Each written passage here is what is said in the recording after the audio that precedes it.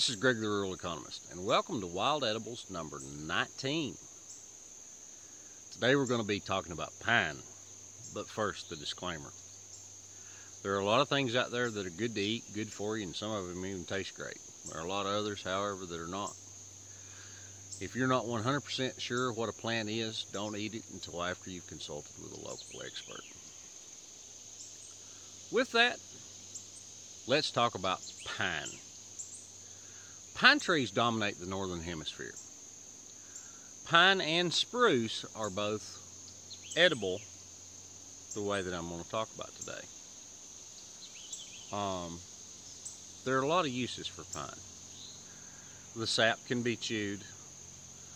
The cones actually have what people call pine nuts. Now, all of them have pine nuts. Some of them, of course, are a lot smaller than others. The one that I've got behind me is white pine. Now, it's got a very small cone, so its nuts are going to be quite small. The best way to get the pine nuts out of it is to get a green one like this, set it next to a fire, and let it dry out. If you get a cone that's already dried out, odds are really high that the seeds have already fallen or have been stolen or eaten by something from the wild. I'm having a little bit of trouble. There we go. Yeah, now see that one, all of the seeds are actually gone. Well, right there might be one or two. Now, they're a pretty good source of protein. They're going to have a decent amount of calories, but you're going to have to eat a bushel of them, or actually quite a few, to be able to get enough calories to sustain yourself. The needles can be eaten raw.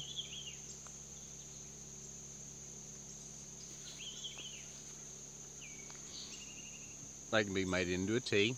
They can be made into an extract, both with alcohol and with vinegar. Now, I've never talked about a vinegar extract before, but you can take a vinegar or even an oil, like an olive oil.